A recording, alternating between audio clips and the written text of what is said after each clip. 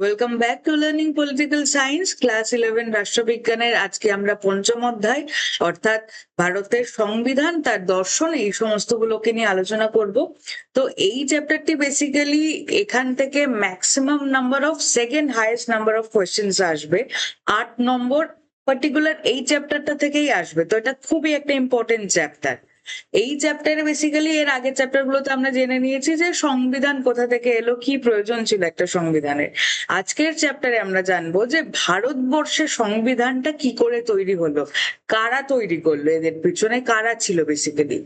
তো আমরা এখন অব্দি এইটুকু জানি যে কোনো দেশ চালাতে গেলে মৌলিক কিছু নিয়মাবলীর দরকার হয়। সেই নিয়মাবলীর সমষ্টি যেই বইটিতে থাকে সেই বইটিকে আমরা সংবিধান বলে জানি। এবার এখানে কেসি ওয়ারের একটা উক্তি খুব গুরুত্বপূর্ণ।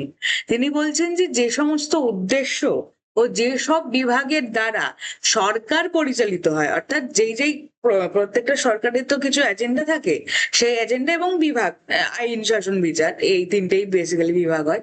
এই তিনটে বিভাগের দ্বারা সরকার পরিচালিত হয়, সেইগুলোকে নিয়ন্ত্রণ করে যে নিয়মাবলী, সেই নিয়মাবলীর সমষ্টিকে আমরা কি বলছি? সংবিধান। এটা কে বলছেন? কেসি ওয়্যার।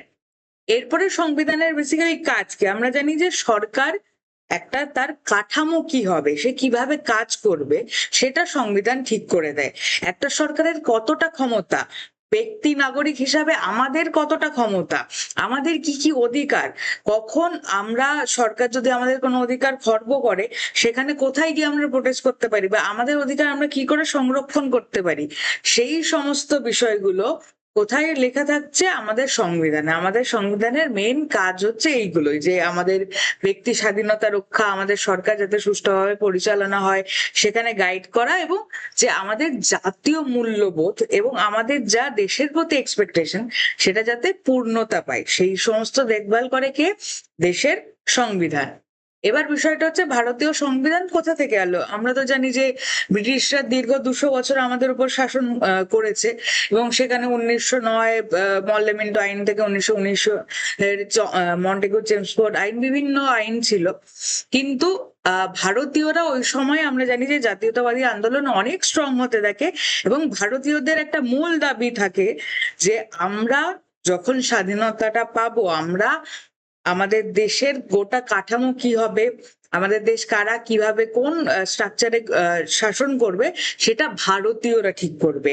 আর ভারতীয়দের এই ঠিক করার জন্য কি দরকার? একটা সংবিধানের দরকার। তাই ভারতীয় সংবিধান তৈরির প্রথম ধাপ হিসাবে দাবি রাখা হয় যে গণপরিষদ, অর্থাৎ সবার একটা জনগণের নির্বাচিত অংশের মিলে একটা পরিষদ তৈরি করা হবে, এবং সেই পরিষদে আলাপ আলোচনা বিচার বিতর্কর মাধ্যমে ভারতের সংবিধান তৈরি হবে। তো ভারতীয় সংবিধানের প্রথম ধাপ কি ছিল? যে না, আমাদের একটা গণপরিষদ গঠন করতে হবে, এবং সেটা ভারতীয়রা থাকবে, কোনো ব্রিটিশ লাট সাহেব এসে তৈরি করে দেবে না, ভারতীয়রা নিজেরা থাকবে। তো এই গণপরিষদ তৈরির প্রথম দাবি রাখছেন মহাত্মা গান্ধী, রাখছেন। বাট সেটা খুব একটা গণপরিষদ নাম নিয়ে না, উনি খালি এইটুকুই বলছেন যে আমরা চাই যে আমাদের দেশ আমাদের লোকেরা চালাবে, এবং তার জন্য একটা কিছু কমিটি দরকার। তো এই এই ধারণাটা প্রথম রাখছেন গান্ধীজি 1922 সালে।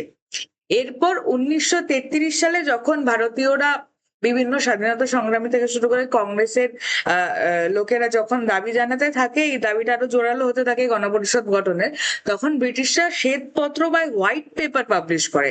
সেখানে ওরা দুটো কথা বলে মেজরলি, যে দ্বৈত শাসন এবং প্রাদেশিক দায়িত্বশীল শাসন ব্যবস্থা। অর্থাৎ কি, তোমরা যদি চাও একটু আধটু তোমাদের শাসন ক্ষমতা হাতে দিতে পারি, কিন্তু ফাইনালি তোমরা নিজে লেভেলে শাসন করো, উপরে এসে আমাদের কাছে রিপোর্ট করবে, আমরা যেটা ফাইনালাইজ করে দেবো তোমাদের সেভাবেই দেশ চালাতে হবে। মানে অর্থাৎ মানে এটার কোনো বেসিক্যালি মানে হয় না, মানে আমাদের উপরে ওরাই মালিক হয়ে বসে থাকবে, আমরা জাস্ট লোকে দেখবে আমরা শাসন করছে, এরকম টাইপের একটা দ্বৈত শাসন ব্যবস্থা। তো লোকে দেখছে যে ভারতীয়রা শাসন করছে, কিন্তু আলটিমেটলি সেই ভারতীয়দের উপরে কারা বসে থাকবে? সেই সাথে আমরা ইংরেজরা। তো স্বাভাবিকভাবেই ভারতীয়রা এটা মানেননি। তো এরপরে মানবেন্দ্রনাথ রায় বা এম.এন. রয়, ক্লাস 10-এ তোমরা এনার ছবি নিশ্চয়ই দেখেছো। তো এই ভদ্রলোক প্রথম বললেন যে সংবিধান তৈরির জন্য একটা গণপরিষদ বা সংবিধান পরিষদ দরকার। গান্ধীজি প্রথম ভাবনা বলেছিলেন যে ভারতীয়দের মারফত যাতে সংবিধানটা তৈরি হয়। মানবেন্দ্রনাথ রায় কিন্তু প্রথম বললেন যে আমাদের একটা গণপরিষদ বা সংবিধান পরিষদ দরকার, এটা ভারতীয়রা চালাবে। কবে বললেন এটা? 1934-এ। এরপরে 1935-এ আমরা জানি যে একটা নতুন ভারত শাসন আইন এলো, এবং এই ভারত শাসন আইনে ওই যে কি হলো যে প্রদেশে দ্বৈত শাসন ব্যবস্থাটা এরা বন্ধ করে দিল বা শেষ করে দিল, আবার কি করলো কি কেন্দ্রে বা সেন্টারে দ্বৈত শাসন ব্যবস্থা চালু করে দিল। মানে ওই 35-এর আইন থেকে মানে বিউরোক্রেটিক বা অ্যাডমিনিস্ট্রেটিভ সেক্টরে এখনের ভারতের অনেকটা ইন্সপায়ার হলেও যে আমাদের গণপরিষদের মূল দাবিটা ছিল সেটার কোনো সুরাহা ওখানে আমরা পেলাম না। তো 1936-এ যখন নির্বাচন চলছে, সেই নির্বাচনী ইস্তেহারে প্রথম জাতীয় কংগ্রেস, ইন্ডিয়ান ন্যাশনাল কংগ্রেস, এই গণপরিষদ গঠনের দাবিটাকে অফিসিয়ালি গ্রহণ করেন এবং খুব স্ট্রংলি রাখেন। তো 1938-এ জওহরলাল নেহরু প্রথম ঘোষণা করে দিচ্ছেন যে স্বাধীন ভারতের জন্য একটা সংবিধান প্রয়োজন, এবং সেই সংবিধানটা তৈরি হবে গণপরিষদের মাধ্যমে। আর এই গণপরিষদে কারা থাকবে? জনগণের মধ্যে থেকে যারা ভোট পেয়ে জিতে এসেছে সেই সমস্ত লোকেরা একটা গণপরিষদ গঠন করবে, এবং সেই গণপরিষদ আমাদের সংবিধান গঠন করবে। এরপরে ঠিক তার পরের বছরই 1929-এ গান্ধীজি তার সব থেকে বিখ্যাত পত্রিকাগুলোর মধ্যে একটা, মানে যেটা সেই সময়ে ভারতীয় ভাষায় সব থেকে বিখ্যাত পত্রিকা ছিল, হরিজন পত্রিকা, সেই পত্রিকায় এই বিষয়ে যে গণপরিষদ কেন গঠন করা জরুরি বা ভারতীয়দের সেখানে থাকা কেন জরুরি, এই নিয়ে তার বিশেষ মতামত রাখছেন। এবার এরপরে 1940-এ আমরা জানি যে কংগ্রেস স্বাধীনতার শুরুর অনেকটা সময় অব্দি স্থায়িত্ব শাসন চেয়েছিলেন, যে আমরা পূর্ণ স্বাধীনতা চাইছি না, স্থায়িত্ব অর্ধেকটা শাসন করবে এরকম শাসন ব্যবস্থা চাইছিলেন। কিন্তু 1940-এ গিয়ে কংগ্রেস দুটো দাবি করলো তার রামগড় অধিবেশনে, কি যে আমাদের পূর্ণ স্বাধীনতা চাই, পরিপূর্ণ, আমরা কোনো জায়গায় ব্রিটিশদের অধীনে থাকবো না, এবং আরেকটা কি আমাদের গণপরিষদ গঠন করতে হবে।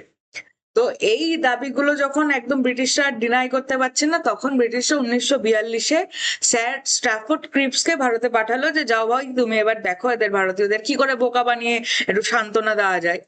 তো উনি আসলেন, উনি বললেন যে ঠিক আছে আমরা গণপরিষদের দাবিটা মেনে নেব, কিন্তু তিনি বেশ কয়েকটা শর্ত রাখলেন। মানে এমনই শর্তগুলো ছিল যেটা মানতে গেলে কখনো গণপরিষদ গড়ে উঠতো না। মানে কিছুটা ন্যাশনাল কংগ্রেসের স্বার্থ বিরোধী ছিল, কিছুটা মুসলিম লীগের স্বার্থ বিরোধী ছিল। দ্যাটস ওয়াই এটা দুজনের কেউই, এই স্ট্যাফোর্ড ক্রিপসের যে এই দুটো গণপরিষদ এবং স্থায়িত্ব শাসন যেই সলিউশন গুলো বলেছিলেন, ওনারা রাজি হননি। তো গান্ধীজি এই যে ক্রিপস, যে স্ট্যাফোর্ড ক্রিপস এই দুটো যে সলিউশন দিলেন, তার বক্তব্যকে পুরোটাই খারিজ করে দিয়েছিলেন। ইনি বলেছিলেন যে পোস্ট ডেটেড চেক, যে তুমি ভাই যদি 15 বছর আগে বলতে যে ভারতকে স্থায়িত্ব শাসন দিচ্ছে, তাও আমরা মেনে নিতাম।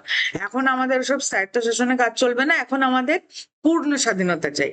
হ্যাঁ, তো এরপরে ফাইনালি ওরা যখন আর ব্রিটিশরা পেরে উঠছে না, দ্বিতীয় বিশ্বযুদ্ধ মুখ থুবড়ে পড়েছে, আন্তর্জাতিক প্রেসার, অর্থনৈতিক প্রেসার, সব দিক থেকে নাজেহাল অবস্থা। একদিক দিয়ে ভারতীয়রাও মানে চরমপন্থী আন্দোলন, নরমপন্থী আন্দোলন, সব রকম দিক থেকে ব্রিটিশরা একেবারে পিষে গেছে, সাঁড়াশি চাপে চেপে গেছে। তখন তারা 1946-এ এই একটা ক্যাবিনেট কমিশন ভারতে পাঠালো যে না যাও, এবার ভারতীয়দের হাতে ক্ষমতা স্থানান্তর করতে হবে, তার জন্য গণপরিষদ গঠিয়ে এরা কি সংবিধান বানাবে বলছে, এদের দাবিগুলোকে মান্যতা দাও। তো এই সময় তিনজন, প্রথমত এখানে এই সময় ভাইসরয় ছিলেন লর্ড ওয়েভেল, এবং যেই তিনজন মিলে ক্যাবিনেট মিশন এসেছিলেন তাদের একজন হচ্ছে স্ট্যাফোর্ড ক্রিপস, একজন প্যাথিক লরেন্স, এবং আরেকজন এভি আলেকজান্ডার। এবার এই তিনটে নাম এখান থেকে শর্ট কোশ্চেন বেসিক্যালি আসে, তো এটা শর্টে আমরা মনে রাখতে পারি স্পা হিসাবে, S for Stafford Cripps, P for Pethick Lawrence, and A for AV Alexander. তো এই তিনজন ভদ্রলোক বেসিক্যালি ছিলেন, এরাই এসেছিলেন। এবার এরা তিনজন এসে আমাদের যে গণপরিষদ গঠনের যে এত দীর্ঘকালীন দাবি, প্রায় 20-22 বছরে, সেই দাবিটা মেনে নিল। এবার এই গণপরিষদ, যে এটা আমরা ছবিতে দেখতে পাচ্ছি, এরা টোটাল কতজন মেম্বার ছিল, কংগ্রেসের কতজন মেম্বার, মুসলিম লীগের কতজন মেম্বার, হিন্দু, খ্রিস্টান, বৌদ্ধ, শিখ, প্রত্যেকটা ধর্ম নিরিখে কতজন মেম্বার, বা ব্রিটিশ কনস্টিটিউয়েন্সি অর্থাৎ যে আমাদের ব্রিটিশ স্বাধীন রাজ্য এবং যেইগুলো ছিল রাজার কন্ট্রোলের রাজ্য, সেখান থেকে কত কি প্রতিনিধি, এই যে পুরো আসন সংখ্যার ডিস্ট্রিবিউশন আমরা পরের ভিডিওতে দেখবো। আজকের ভিডিওতে এইটুকুই। Thank you for watching.